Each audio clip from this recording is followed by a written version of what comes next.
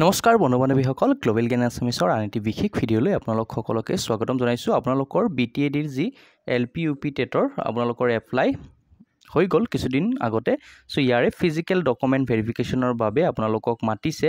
So schedule for physical document verification for LP and UP assistant teacher পোষ্টৰ বাবে আৰু কেতিয়া হ'ব আৰু ক'ত হ'ব ভেনুটো এতে চাওক। ভেনুটো কোকৰাঝাৰ গভৰ্ণমেণ্ট কলেজ কোকৰাঝাৰ আৰু সময়টো হৈছে 10 বজাৰ পৰা। এতিয়া কাৰ ভেৰিফিকেশ্যন কৰিব আপোনালোকে যেতিয়া এপ্লাই কৰিছিল তাতে এটা নম্বৰ দিয়া আছিল, সেই নম্বৰটো অনুসৰি আপোনালোকে ডেটসমূহ মিলাই চাব।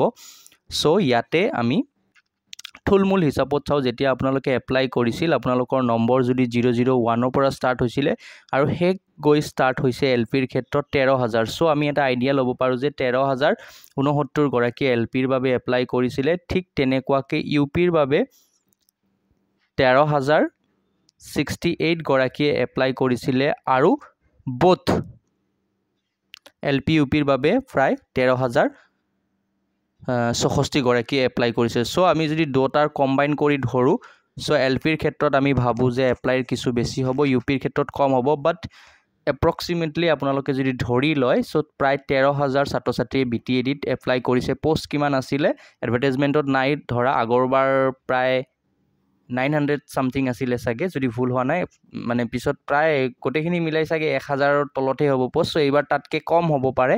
সো 1,000 পোষ্ট যদি আমি ধৰিও লওঁ 1,000 চাগে নহয়, মেবি কম হ'ব।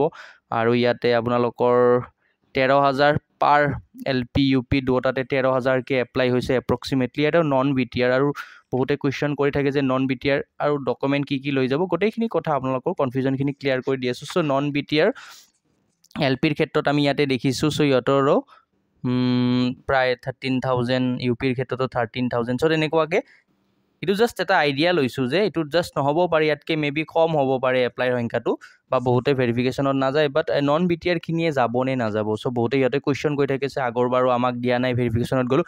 চাওক এটা মই জাষ্ট নৰ্মেল এটা কথা কৈছোঁ, আপোনাৰ যদি টেটত নম্বৰটো মানে খুব এটা মিনিমাম নম্বৰ 90 একাডেমিক্সো খুব এটা মানে একচেপ্ট মানে কি ক'ম আৰু নৰ্মেল আৰু একাডেমিক খুব মানে বেছি ভাল নহয়, DLEDৰ আপোনাৰ যিটো পাৰ্চেণ্টেজ 70-80।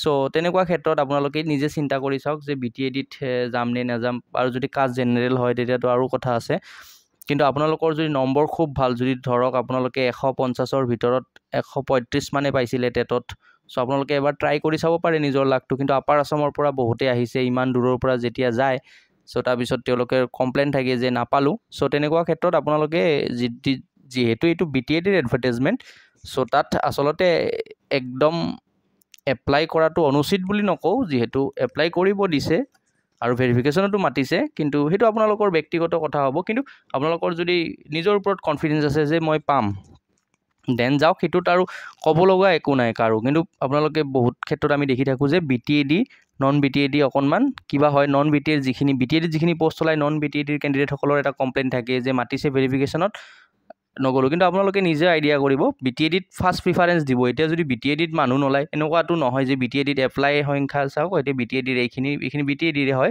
13,000। ইয়াতে ধৰক পোষ্ট আছে 1,000, মাত্ৰ 500 মানুহে এপ্লাই কৰিলে, তেনেকুৱাটো হোৱা নাই। ইয়াতে অলৰেডি অভাৰ হৈ গৈছে। খুব বেছি যদি 1,000 ধৰোঁ সো ইয়াতে 12,000 ষ্টুডেণ্টে নাপাবই চাকৰি। আইডিয়া কৰিছোঁ মেবি 12,000তকৈ কম মানে সেইটো আৰু সংখ্যাটো কথাটো কৈছোঁ। সো ইয়াতে খুব বেছি নন BTR আগৰ বছৰ চাগে পাইছিলে খুব কম, 2-3জন তেনেকৈ পাইছিলে। সো নন BTR চব এই বছৰো মেবি তেনেকুৱাকৈ পাব, হয়তো 10জন হ'ব হায়েষ্ট, তাতকৈ বেছিটো নহয়। তো সেইটো আপোনালোকৰ নিজৰ ওপৰত ডিপেণ্ড কৰিব BTAD নন BTADৰখিনি যাবনে নাযাব। অ'কে, ইয়াতে আৰু কি ডকুমেণ্ট লৈ যাব ইয়াতে চাওক।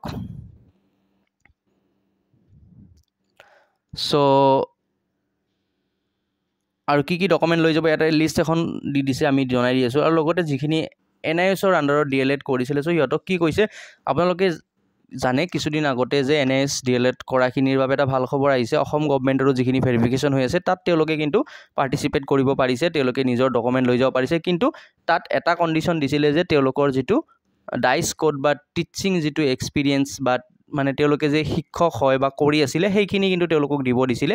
মেবি ইয়াতেও ঠিক তেনেকুৱাকৈ লেখা নাই, বাট গভৰ্ণমেণ্টৰ অৰ্ডাৰ কপিত যি লেখা আছিলে সেইখিনি মানে ফিল আপ কৰিব দিছে। সো মেবি সেইটোৱে হ'ব ইয়াতে, ঠিক আছে, মেবি নহয় 100% সেইটোৱে হ'ব।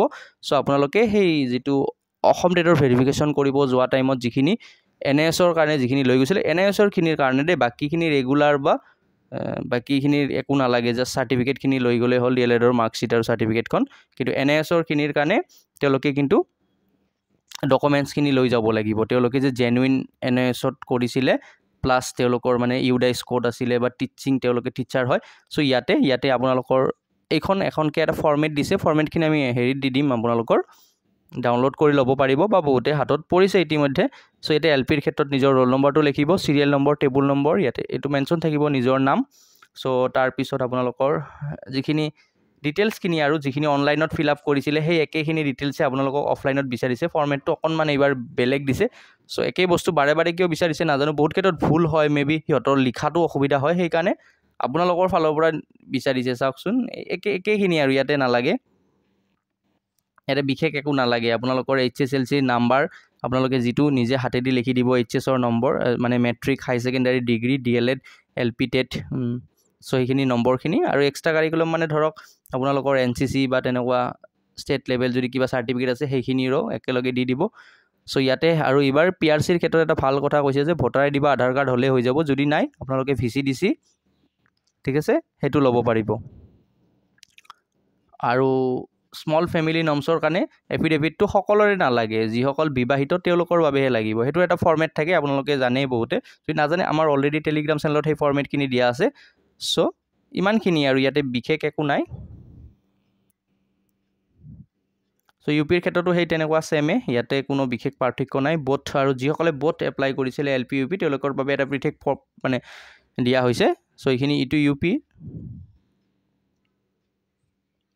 LP UP দুটাৰ ক্ষেত্ৰত সেই একেখিনি আপোনালোকে চাওক, ইয়াতে চাওক HS HSLC degree, master degree যদি আছে, চ' মাষ্টাৰ ডিগ্ৰীটো ইয়াতে প্ৰয়োজন নহয় বাৰু।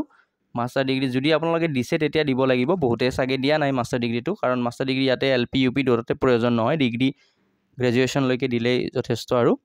আৰু ইয়াতে আৰু এটা বস্তু দিছে আপোনালোকৰ, এতিয়া চাওক এই যিটো ফৰ্মেটটোৰ কথা কৈছোঁ,